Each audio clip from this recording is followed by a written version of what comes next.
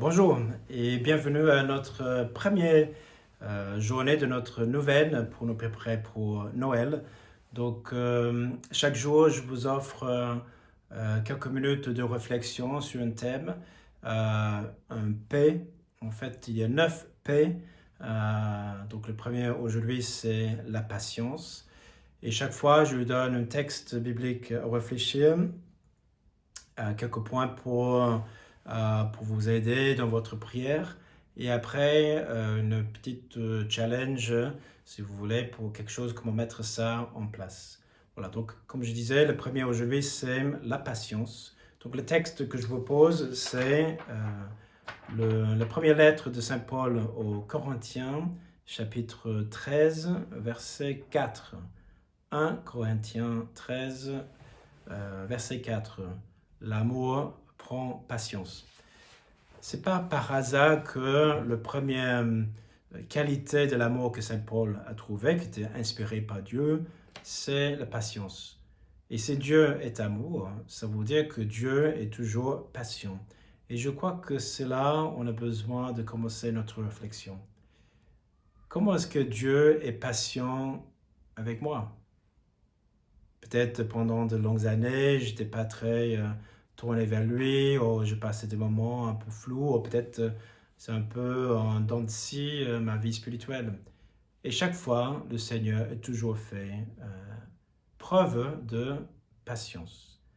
Parce que son amour est grand, il manifeste une énorme largesse à notre égard, mais aussi il sait de quoi ses grâces ils sont capables. Il sait aussi tout le potentiel qui est en moi pour devenir meilleur. Et c'est ça qu'il vise. Et pour ça, il est capable de passer au-dessus de toutes nos fautes, une multitude de fautes, de péchés, etc.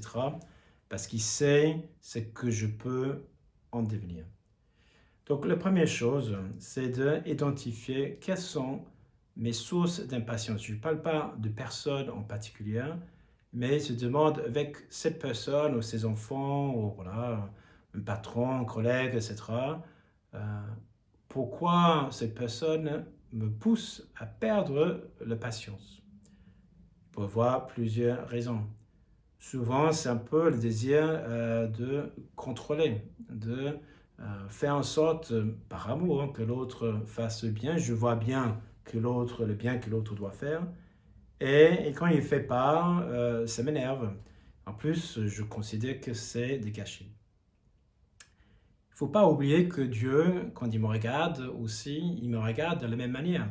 Il sait tout le bien que je dois faire. Et quand je ne le fais pas, et peut-être pendant une longue période, on peut dire que ça l'énerve, mais il ne manifeste jamais par gronder, on peut être violent, on va de popo, il crie jamais dessus. Mais cette douceur dans sa patience, il reprend. Dieu accepte que il ne veut pas, ou ne peut pas, si vous voulez, il pourrait, mais il choisit de ne pas faire, de faire à notre place. Il va parler à ta conscience, il va parler à travers des personnes, il va t'envoyer des grâces, etc. Sa parole. Mais c'est à toi toujours à répondre. Et ça aussi pour les autres, je peux le montrer, je peux le dire, je peux manifester, les encourager, etc. Mais jamais, en plus, ce n'est pas ma mission, quelque part, de réussir. La mission, c'est de chacun de réussir ses propres vies de vertu, de sainteté.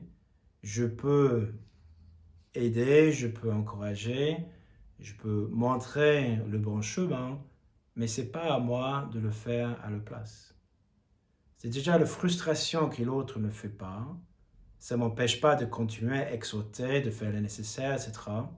Mais à la fin, je ne peux pas faire à la place. Ça, il faut accepter.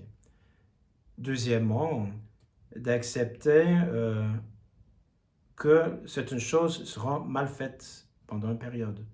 C'est pareil pour moi vis-à-vis de Dieu. Il sait que les choses pourront aller beaucoup mieux, au plus fluide. Je peux éviter une multitude de problèmes. Il essaie de me le dire, mais je ne l'écoute pas toujours. Et quand je fais la tête ou que je fais que ma tête, voilà la conséquence.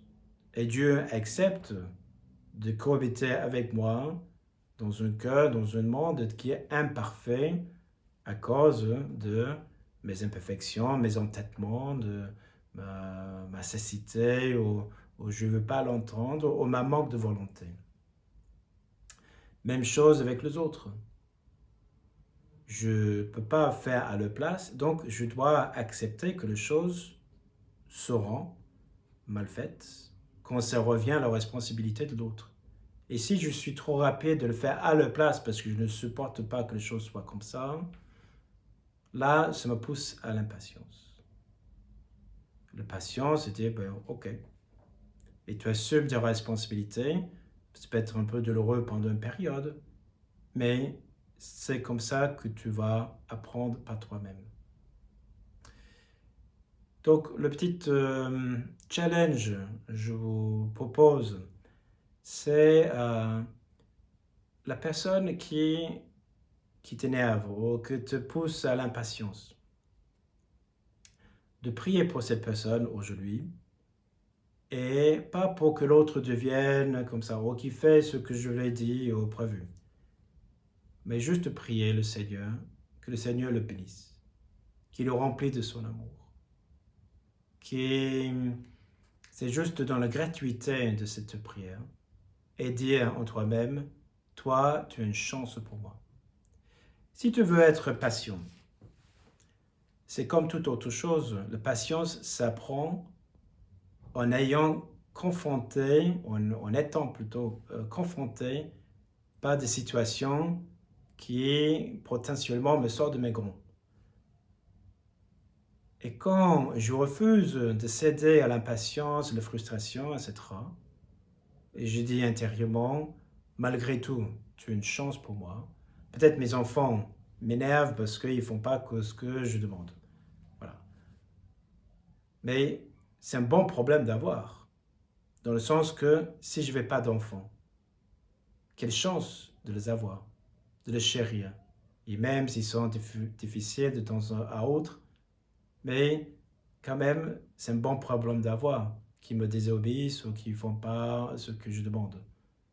Et cette patience m'aide à relativiser et dire, ok, mais en tout cas, ils sont là et je les aime. Mon mari, ma femme, mon patron, au moins j'ai un patron, au moins j'ai un boulot, un frère, une soeur, au moins je suis en relation. Donc tu as une chance pour moi. Et si je veux grandir dans cette vertu, j'ai besoin d'être confronté par des éléments qui me sont difficiles.